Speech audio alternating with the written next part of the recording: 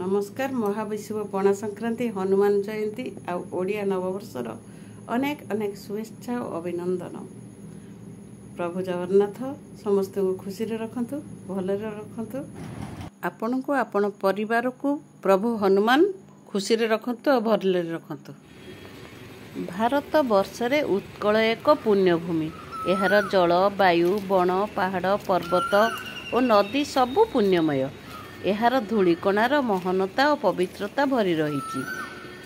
ओडिशार प्रत्येक व्यक्ति धर्म सचेतन।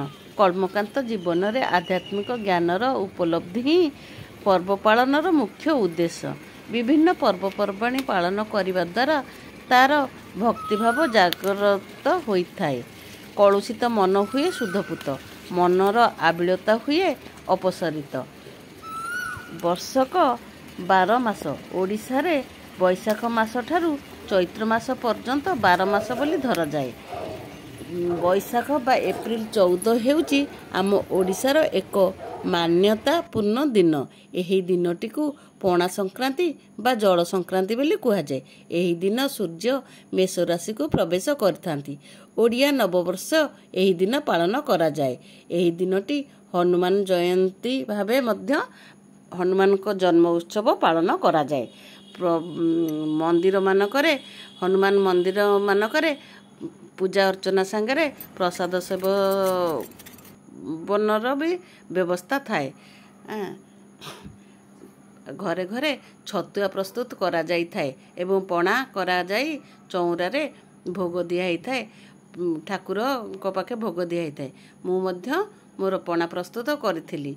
फल आंब, कदली, नड़िया, छेना आउ छतुआ को तादरे गुड़ दे चकुटी थी एवं चौरारे आंब डाल दे चौरा के ठेकी बांधी थी एवं से जल दे माँ बृंदापति को छाई करी। जेहेतु प्रबल खरा दिन से आमर एक परंपरा रही। चौरा मूल आंब डाल छामुड़िया करी बा गब डाल आंब पत्र आउ देकी ठेकी बांधी से जल दि जाए मासे पर्यंत।